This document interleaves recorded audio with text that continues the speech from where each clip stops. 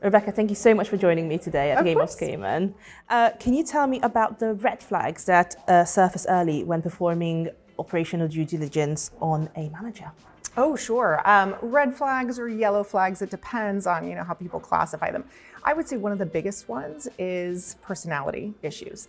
And that's really easy to detect if you're doing an on-site. You may have somebody who's very domineering or someone on the alternative end of the spectrum who's very meek or may defer, and that can cause operational issues. So that's very easy to pick up. Another one would be if you run background checks pretty early in your process, you can detect if there are outside business activities that might prove to have some time and attention issues. This is something that we definitely see with emerging managers where they might have one foot in, one foot out, just in case the opportunity doesn't work out for them. So those would be like two very key ones.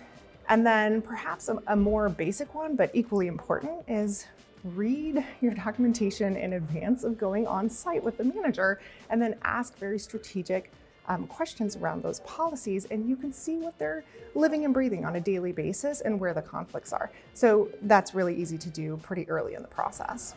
Excellent. So how has the due diligence techniques evolved to detect more sophisticated misconduct? So it depends how you define misconduct, because I think a lot of people think of outright fraud or insider trading, and ODD has really been pretty strong at that for a really long time. ODD grew up in the hedge fund industry and gradually has added additional asset classes. It's not been people's focus to do private markets ODD for 20 years, for instance. And so things have evolved. And what's interesting is that processes have to evolve as well. So hedge fund risks are not the same thing as private market risks. And there are different standards in terms of what's appropriate in a private markets fund compared to hedge funds.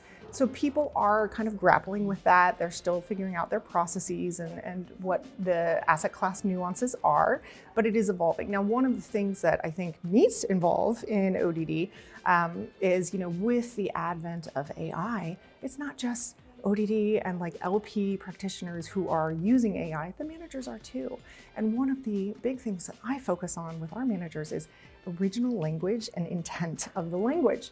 And so if they're scrubbing everything by AI, and then LPs are scrubbing everything through AI as well, you have lost that original language. And so I think, people need to realize, even though everyone's focused on efficiencies, we still cannot let go of the core of what ODD is, and it's the person-to-person contact and relationship and character assessment. And it's so interesting that to add a layer of AI on top of that, it creates a whole new challenge. It dehumanizes it completely, and it makes our jobs a lot harder. So what kind of lessons can we learn from recent cases? From like fraud cases and things like that? That's right. Yeah, well, I think the biggest one is always keep focusing on the people. So I teach a lot in the industry, and I always teach about the fraud triangle. And there's really three components that have to happen in order for fraud to exist. So one is pressure. The individual has to feel some type of internal or external pressure. This could even just be their ego driving them, like I should have money, even though I don't.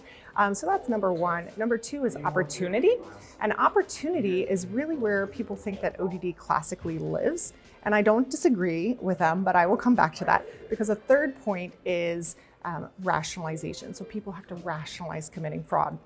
So the problem with thinking that opportunity is where ODD lives is that's only one out of three corners of the triangle. The other two are focused on people. And at the end of the day, businesses don't commit fraud, people do. So we have to remain focused on people's incentives and their character as well. So what's the most sophisticated issue that you've seen recently that you might have missed 5 years ago? I think that it's less about the issue as a whole. It's more about what the focus necessarily is.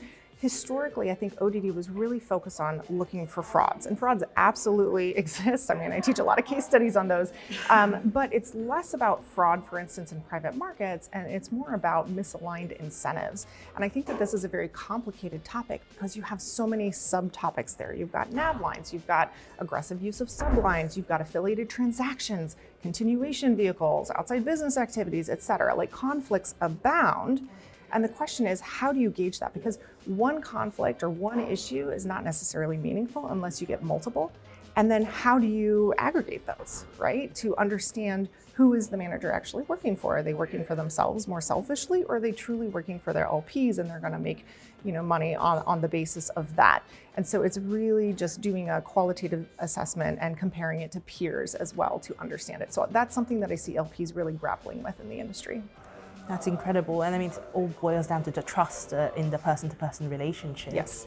So, so the one thing that we want to close on, what can LPs do to strengthen their ODD processes? So it's less about the ODD process, although that sounds crazy to say. It's more about focus on emotional intelligence. Less about AI and dehumanizing things, more about rehumanizing things. So focus on verbal and nonverbal cues. So that's the energy of the room, that's the sideways glances, the body language. That is a big part of ODD or any type of due diligence. In fact, even if it's a private equity firm diligencing a portfolio company. But then also listen to what is said and what isn't said, and analyze intent behind the scenes. So keep the focus on emotional intelligence, and just don't ever invest in something that your gut feel says otherwise. I would say there are plenty of fish in the sea, and just remember that. That's amazing. Rebecca, thank you so much for joining me today. Of course, nice to meet you.